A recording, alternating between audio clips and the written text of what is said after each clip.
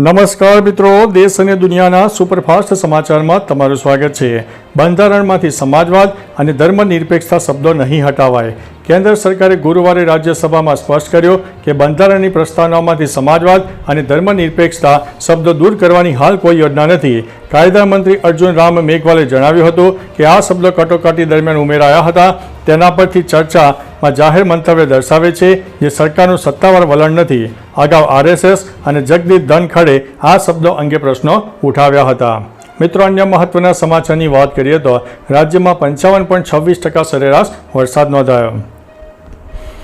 રાજ્યમાં પ્રવર્તમાન ચોમાસાની સિઝનમાં વરસી રહેલા ભારે વરસાદના પરિણામે અત્યાર સુધીમાં મોસમનો કુલ સરેરાશ 55.26% વરસાદ નોંધાયો છે, જેમાં કચ્છ પ્રાંતમાં સૌથી વધુ 64% વરસાદ નોંધાયો છે। આ સિવાય દક્ષિણ ગુજરાતમાં 59.11%, ઉત્તર ગુજરાતમાં 54.04%, સૌરાષ્ટ્રમાં 54.02% વરસાદ નોંધાયો છે। પૂર્વ મધ્યમાં પણ 51.64% સરેરાશ વરસાદ નોંધાયો છે। આ અંગે સ્ટેટ ઇમરજન્સી ઓપરેશન સેન્ટર દ્વારા માહિતી આપવામાં આવી છે। મિત્રો, અન્ય મહત્વના સમાચારની વાત કરીએ તો ચૂંટણી પંચનો મોટો નિર્ણય। બિહાર બાદ હવે ચૂંટણી પંચે સમગ્ર દેશની મતદાર યાદીનું સ્પેશિયલ ઇન્સેન્ટિવ રિવિઝન કરવાનો નિર્ણય કર્યો છે।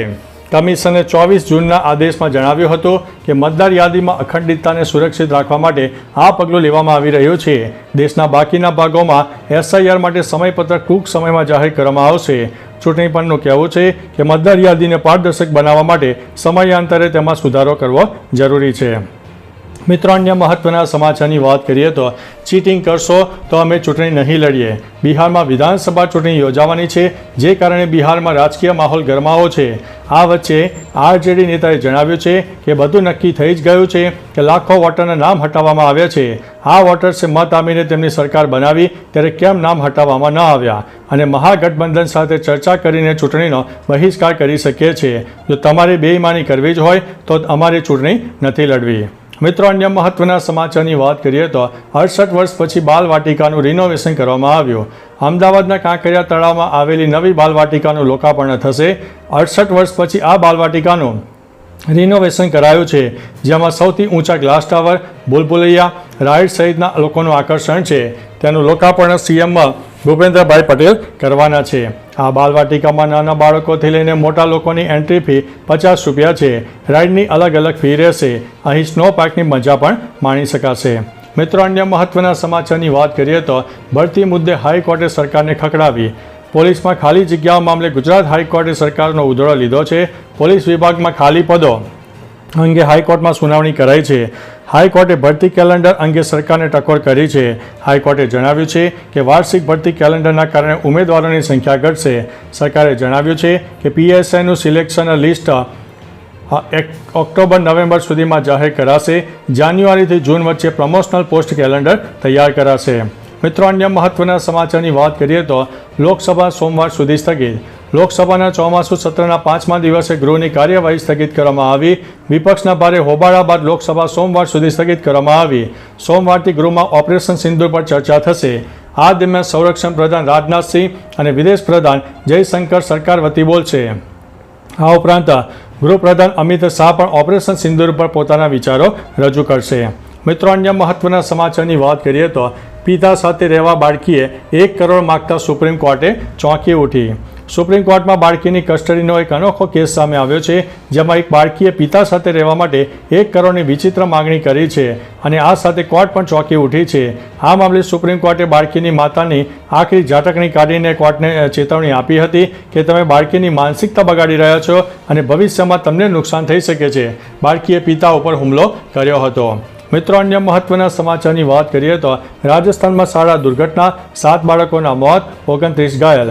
રાજસ્થાનના ઝાલાવાડમાં એક મોટી કરુણાંતિકા સર્જાઈ। મનોહર થાણા બ્લોકની પીપલોડી સરકારી શાળામાં ઇમારતનો એક ભાગ ધરાશાયી થતાં 7 બાળકોના મૃત્યુ થયા છે, જ્યારે 29થી વધુ બાળકો ગંભીર રીતે ઘાયલ થયા છે। આ દુર્ઘટના ધોરણ 7ના ક્લાસરૂમમાં બની હતી, જ્યાં 35 બાળકો અભ્યાસ કરી રહ્યા હતા। શિક્ષકો અને ગ્રામજનોએ તાત્કાલિક બચાવ કાર્ય હાથ ધર્યું છે। મિત્રો, અન્ય મહત્વના સમાચારની વાત કરીએ તો ધોધમાર વરસાદ। વલસાડ અને વાપીમાં ધોધમાર વરસાદ વરસ્યો। હવામાન વિભાગની આગાહી પ્રમાણે ગઈકાલે વલસાડના અનેક તાલુકામાં વરસાદે બેટિંગ કરતા જોવા મળ્યા। વરસાદને કારણે લોકોમાં ભારે હાલાકીનો સામનો કરવો પડ્યો. રસ્તા ઉપર પાણી ફરી વળ્યા. 2 કલાકમાં 2.5 ઇંચ વરસાદ ખાબકી ગયો. વાપીની બજારમાં પણ પાણી ભરાયા. ઝંડા ચોક વિસ્તારમાં પણ પાણી ભરાયા હતા. મિત્રો, અન્ય મહત્વના સમાચારની વાત કરીએ તો પીએમ મોદીએ ટ્રાન્સલેટરને એવું કહ્યું કે વિડીયો થયો વાયરલ. બ્રિટન પ્રવાસ દરમિયાન વડાપ્રધાન મોદી અને કીર સ્ટાર્મર્સની સંયુક્ત પત્રકાર પરિષદમાં એક રસપ્રદ ઘટના બની. સ્ટાર્મર્સના ભાષણનું હિન્દીમાં અનુવાદ કરતી વખતે ટ્રાન્સલેટર થોડી અટવાઈ ત્યારે પીએમ મોદી હસીને કહ્યું, કાંઈ વાંધો નથી, વચ્ચે અંગ્રેજી શબ્દોનો ઉપયોગ કરી શકાય, ચિંતા ન કરો. આ ટિપ્પણી પર બધા હસી રહ્યા હતા અને વિડીયો વાયરલ થયો. સ્ટાર્મર્સે પણ કહ્યું કે તેઓ એકબીજાને સારી રીતે સમજે છે. મિત્રો, અન્ય મહત્વના સમાચારની વાત કરીએ તો સીએમએ મોબાઈલ મેડિકલ વાનનું લોકાર્પણ કર્યું. સીએમ ભૂપેન્દ્રભાઈ પટેલે મોબાઈલ મેડિકલ વાનનું લોકાર્પણ કર્યું. ભગવાન બિરસા મુંડાની 150મી જન્મજયંતિ નિમિત્તે ઇન્ડિયન રેડક્રોસ સોસાયટીની ગુજરાત શાખા અને આરઈસી ફાઉન્ડેશને આરોગ્યની આ પહેલ શરૂ કરી છે, જેમાં ડાંગ, દાહોદ, સાબરકાંઠા અને અરવલ્લી જિલ્લાના આદિજાતિ બાહુલ્ય ધરાવતા અંતરિયાળ વિસ્તારના લોકોને ઘર આંગણે આરોગ્યની સુવિધા મળી રહે તે માટે આ વાનની સેવા શરૂ કરાઈ છે. મિત્રો, અન્ય મહત્વના સમાચારની વાત કરીએ તો આ છે 7000 વર્ષ જૂનું શિવ મંદિર. શ્રાવણ માસ શરૂ થઈ ગયો છે, જેમાં ગઈકાલે સુરતમાં આવેલા 7000 વર્ષ જૂના મંદિર વિશે જાણીશું. આ મંદિર કંતારેશ્વર મહાદેવ મંદિર છે, જેની સ્થાપના સતયુગ પહેલાં થઈ હતી. આ મંદિરમાં શિવલિંગનો આકાર ગાયના પગની ખરી જેવો છે. આ મંદિરમાં રોજ 22 જેટલી પૂજા થાય છે.